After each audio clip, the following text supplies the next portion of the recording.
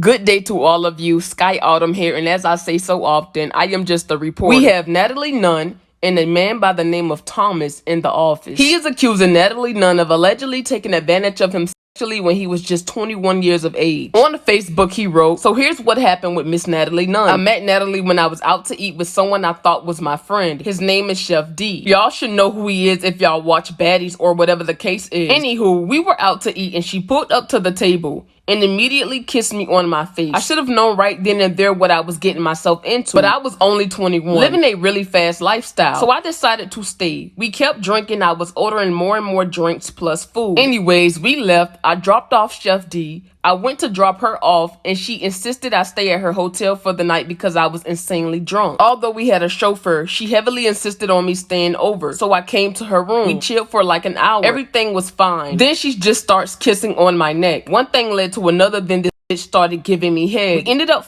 fucking, and she told me, "This is the best dick I ever had. I'm ready to leave my husband for you," and more outlandish shit. But this was just the beginning. I had no clue what I had gotten myself into. So after this, we were texting back and forth calls, etc. And I'm not even going to lie, I started to feed into it. She would call me every time she woke up, sending me memes on Instagram. I'm talking about the whole 9 yards. It got to a point where she would take flights daily to come see me because she lived in Sacramento at the time. She was telling me she was falling in love with me. She even snuck me into her events and booking in LA. Her agency paid for everything, so we were just there doing whatever the we felt like doing. And remember, I'm young. I don't know how old she was in 2021, but I'm just a young having fun in my eyes. But in her eyes, it seemed like she wanted more than a sneaky link. She started texting me things like, "I'm falling for you. I love you. I want to marry you." And I'm not even kidding. I didn't know how to reply to it, so I was just entertaining it and going with the flow because I'm an idiot. I knew it was getting crazy when she started to FaceTime me after arguing with her husband. Mind you, she would FaceTime me while they were together in the same house and not care. I heard rumors of the nigga being gay, and Natalie is just a cover-up. But people just be chatting. But it was very believable because she even told the nigga about us and he just laughed it off. This is why I tell y'all the industry is scary. I've never signed a NDA in my life, and I never will because it gets crazy behind closed doors. Anyway, she gets to telling me her master plan because I'm sure you guys have been familiar with Natalie for a long time, but she really started popping off last year and this year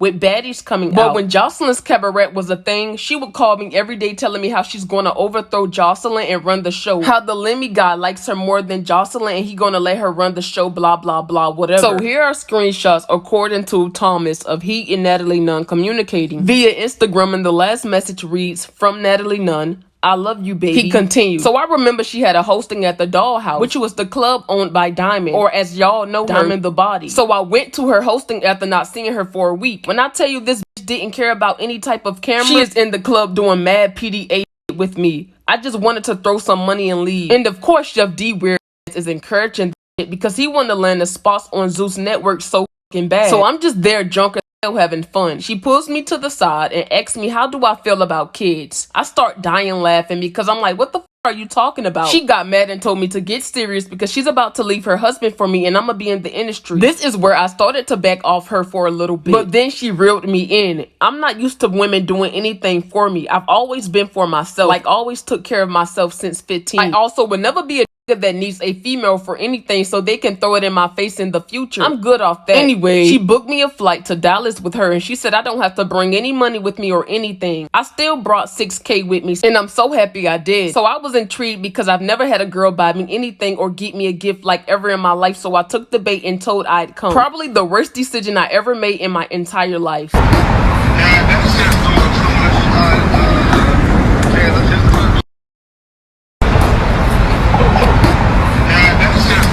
Here's a video of the two of them together.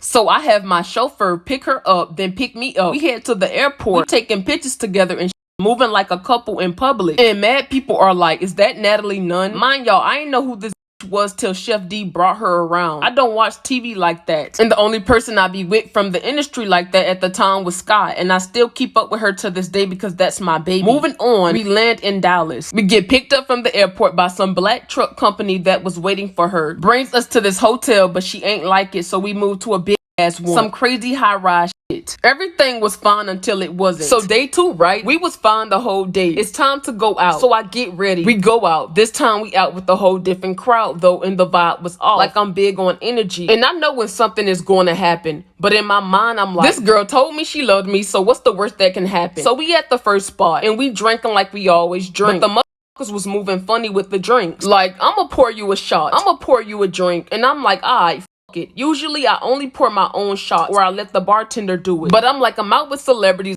so I should be fine. We were set to go to 4 spots that night because she had 4 different bookings. And I would never stop no one from making money, so I was just there being a good little side nigga. Oh, she taking me out to eat and This crazy. Before I continue, I'd like to add on the fact she was trying to tell me I'm her daughter's stepfather. She swiped up on my story of me saying I'm kid free and so what's journey to you? Like, that's you and your husband's child. Like, what? This is my biggest fear. So we go to the next spot. As soon as we get there and I hop out the Sprinter, everything was spinning. I'm talking about everything. And I done been blacked out drunk and never felt like this in my life. Remember, I said they were pouring my drink. So we get inside and they're trying to get me to take more shots. And then I see pull something out his bag, stuff it in his nose, inhale mad hard, and passed it off to the next person. So now I'm mad, and I start blacking on everybody. And I go to Chef D, and I'm like, she drugged me. And I'm telling everyone I'm drugged, and they all looking at me like I'm fucking crazy. So I leave and hop in the Sprinter. She comes in the Sprinter trying to kiss me and shit, and I pushed her off me. So once she seen I wasn't going, she told everyone to get in the Sprinter. As we heading back, I told her I'm gonna let everyone know she drugged me. She tried to get to beat me up as soon as I hopped out the Sprinter at the hotel. I ain't gonna lie, it was 10 of them niggas. It wasn't really much I can do. I took videos of my face and shit, as well as the aftermath of everything. She also tried to steal the $6K I had. Oh, say less. Record. Go ahead. Pull up all on me, right? Say less. Record. Go ahead. Say less. Pull up all on me, right? Say less. Record. Go ahead. Say less. Chef D chimes in, bro. Why you on the net lying and capping? This is straight BS, and you really gotta stop this clout shit. You know well you was my man, not Natalie's man, so stop capping for the internet. Chef D continued, Tommy, you know well you capping for clout. You met Nat because I had you around. You was at my house with me, talking along with me, not no Natalie, and the fact you decided to get high today and troll on the internet is so weak. Tommy, you know well you was not with no Natalie, bro. Like, come on now. You was my nigga. You was around. You wanted clout. You was a big ass scammer. You was paying for your own fights and all that shit. Coming around all that. Like, come on now, bro, for real. Like, stop, put the drugs down. I don't believe the hype. Tommy, you a weirdo. Super, super weird. You're a liar. Everything you say is you do hella drugs, all type of shit. You a and stop being weird on the internet. That is. My name. There's been a few stories this summer that are absolutely fucking ridiculous. And I just feel like sometimes, D, I don't even feel like I need to address what's real and what's not. For what? Because it's just like, this is what they want. Me to respond. The clout. Whoa. I'm not tagging his page. No. I'm not saying no names. What I know is that he came around in 2020. He was around Chef D. And how did you meet him? Sky tatted. Mm-hmm. And he came around and he was Chef D's boy. That's all I knew.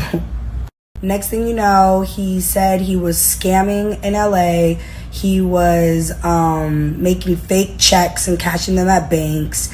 And he was selling fake guns around LA. And he wanted a job. He was a fan of Natalie Nunn. So he wanted to work for me and be an assistant. So he was coming around with Chef D to like some of my bookings, like my gay club bookings. Mm-hmm. Pomona 340. He came to Anthony's club in Houston.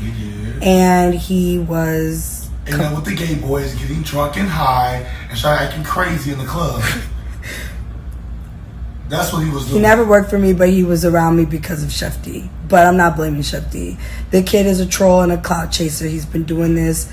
And honestly, it's sad that clout chasing is at an all-time high. For real, for real. He makes fake checks. He goes on the internet, makes fake fucking Instagram shit. He's trying to say I DM'd him, but I could literally show my DMs with him in the next story post.